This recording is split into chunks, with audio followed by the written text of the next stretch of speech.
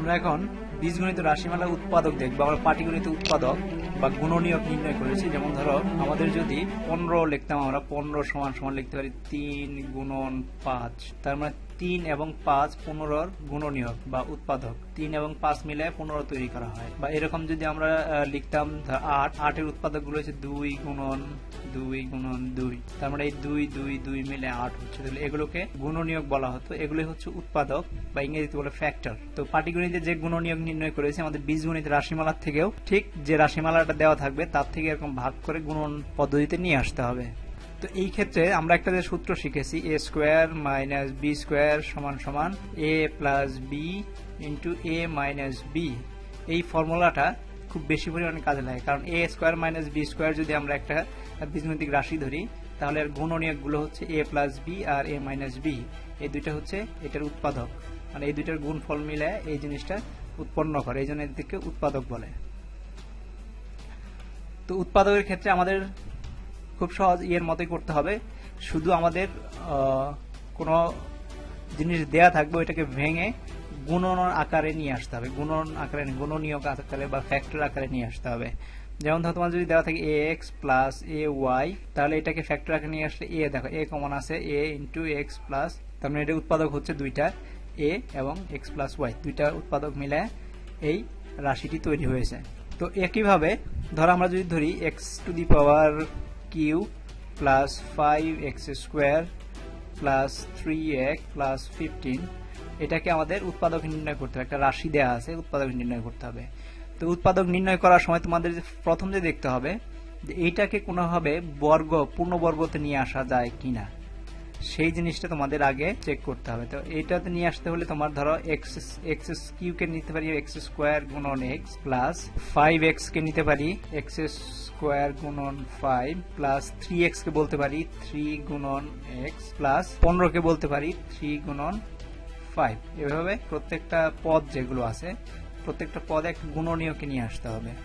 তো গুণনীয়ক আনার পরে এখন দেখা যাচ্ছে এইখানে দেখো এক্স স্কোয়ার আছে, এখানে দেখো স্কোয়ার আছে, তার মানে আমরা এক্স স্কোয়ারকে আমরা কমন নিতে পারি। কমন নিতে মানে ব্র্যাকেট প্রতিস্থাপন করতে হবে। তাহলে এক্স থাকলো প্লাস 5 থাকলো, আর এখান থেকে প্লাসে দেখো 3 কমন আছে, তো 3 যদি নেই তো এক্স প্লাস 5 থাকলো। তার মানে হচ্ছে আমাদের পেয়ে গেলাম এইভাবে যেগুলো আসে, যেরকম আমরা অঙ্ক করেছি, এক্স প্লাস 5 লিখবো আগে, আর এইটাকে আবার সাজাই লিখবো এক্স স্কোয়ার প্লাস 3। তার মানে এই দুইটা হচ্ছে এই রাশিটার গুণনীয়ক বা উৎপাদক হিসাবে বিশ্লেষণ। তো তোমাদের এগুলোকে বিশ্লেষণ করে দেখতে হবে যে ফার্স্টে দেখবো কমন যায় কিনা, তারপরে দেখবো কোনো ফর্মুলা ব্যবহার করা যায় কিনা। যদি তোমাদেরকে বলা হয় 81x স্কোয়ার মাইনাস 25, দেখো এটা ফর্মুলার মধ্যে পড়ে। কোন ফর্মুলা পড়বে?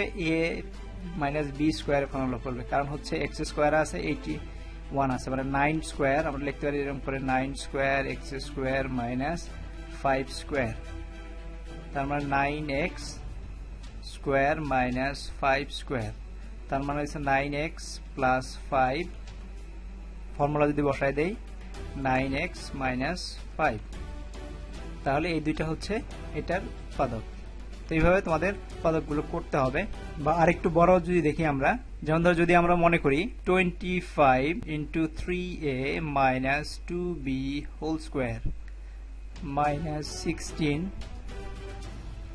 2a প্লাস 3b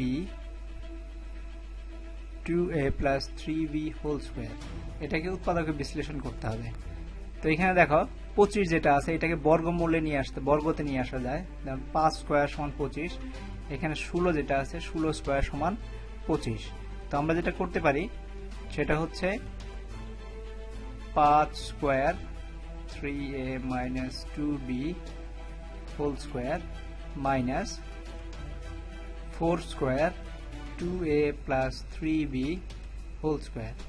তো এখান থেকে 5 স্কোয়ার এটা যদি ভিতরে নিয়ে যায়, এই স্কোয়ার আর এই স্কোয়ার যেহেতু সমান, ভিতরে নিয়ে গেলে তাহলে 5 3a minus 2b whole square নিতে পারি আমরা, মাইনাস 4 গুণন 2a প্লাস 3b, এটার উপরে আমরা হোল স্কোয়ার বসাই দিতে পারি।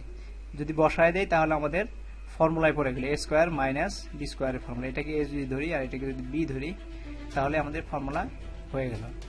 তো ফর্মুলাটা যদি হয় তাহলে এটার 5 into 3a minus 2b plus a plus b, তার মানে 4 ইন্টু 2a প্লাস 3b, এইটা একটা ধরো সেকেন্ড ব্র্যাকেট দিতে পারি বা ফার্স্ট ব্র্যাকেট দিতে পারি।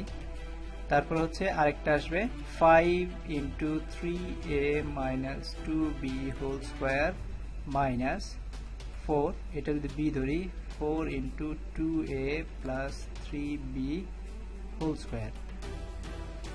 তো এইখান থেকে আমরা যদি মাল্টিপ্লিকেশন করে ফেলি তাহলে আমরা যেটা পাবো সেটা হচ্ছে 3 5 15 15a মাইনাস 10b প্লাস 4 দুগুণে 8a প্লাস 12b, এটা ক্যালকুলেশন করে আমরা পেলাম। আবার এখানে যদি ক্যালকুলেশন করি 15a মাইনাস 10b, তারপর মাইনাস 4 4 দুগুণা 8a মাইনাস প্লাস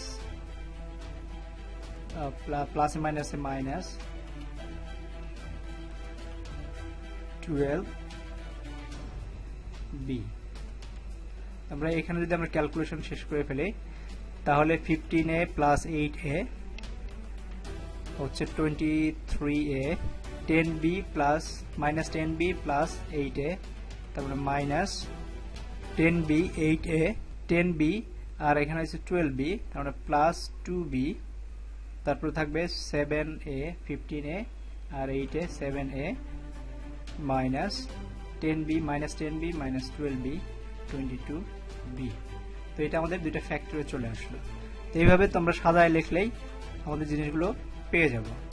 বা যদি আমরা আরো দেখি আরেকটা অঙ্ক করে দেখি, যেমন ধর যদি এরকম x to the power 4 plus X square plus 1, তার মানে হচ্ছে এটাকে লেখা যাবে, দেখা একটা ফর্মুলা মতো আসতেছে X square square plus X square plus 1 square, তার মানে এক্স স্কোয়ার এখানে এক্স স্কোয়ার। তো আমরা যদি a plus B whole square formula নিয়ে আসতে যাই তাহলে কি করতে হবে, x square square plus 2x square, এটা যদি b ধরি 2 এটা a আর হচ্ছে 1 2x স্কোয়ার প্লাস 1 স্কোয়ার, আমরা একটা অ্যাডিশনাল x স্কোয়ার বেড়ে গেছে, আমার এখানে x স্কোয়ার একটা আছে, তো এটাকে আমরা বিয়োগ করে দিব এখান থেকে, তার মানে সমান হয়ে গেল। তাহলে হয়ে গেল কি x square plus 1 whole square, এই অংশটুকুর জন্য ফর্মুলা হয়ে গেল whole square minus x square.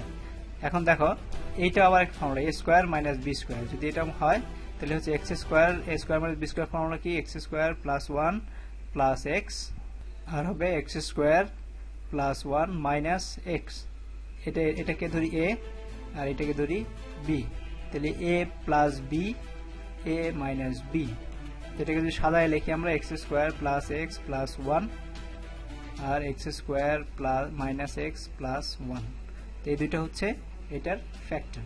তো এটাই ছিল উৎপাদক নির্ণয়ের পদ্ধতি।